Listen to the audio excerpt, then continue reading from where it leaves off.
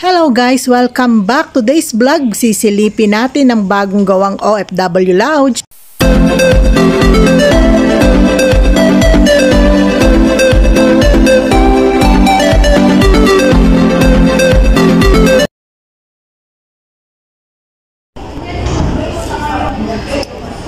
Ayan guys, merong lugaw, arroz caldo.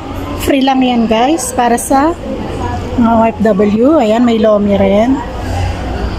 Meron din siya mga bread. Ayan. For free yan guys, para sa mga OFW. Ayan. Tsaka yan. At tapos meron din silang mga chips. Sabi nung attendant, yung nagbabantay is lahat ay halal siya. Tapos ito siya guys. Ayan. Ganda ng ceiling niya. Fully aircon. Yung flooring niya, bongga. Yung kanyang furniture, high class.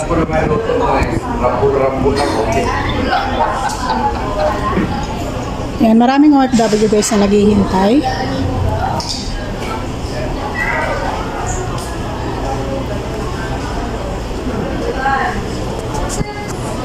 Yan, tapos meron pa silang pakape. Yan.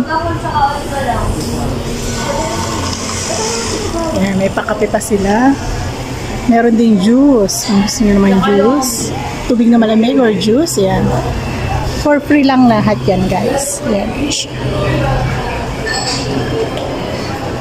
Tapos meron din charging area. Ayan.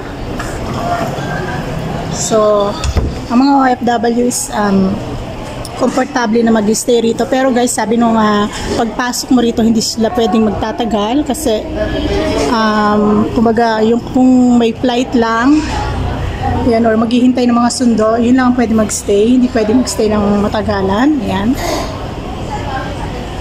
So, ayan siya.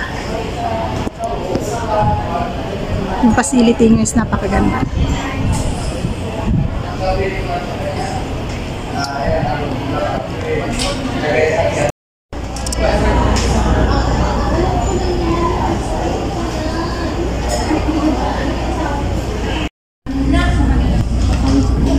Ito guys yung pagkain namin sa OWA, yung OFW Lounge. Ayan, lomi yung kinuha ko. Tapos ang sabi nung nagbabantay is lahat doon ng foods dito is halal. Ayan, may pakape pa sila, may mga chips. Meron din lugaw doon, may nakita ako. Mamaya balikan ko yun guys.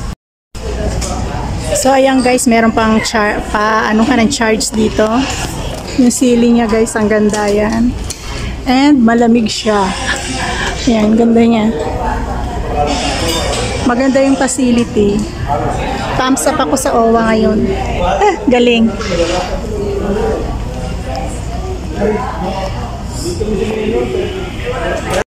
For watching, this is Sweet Love Gen TV. I'll be telling you that God is good. Thank you so much for the support. Okay.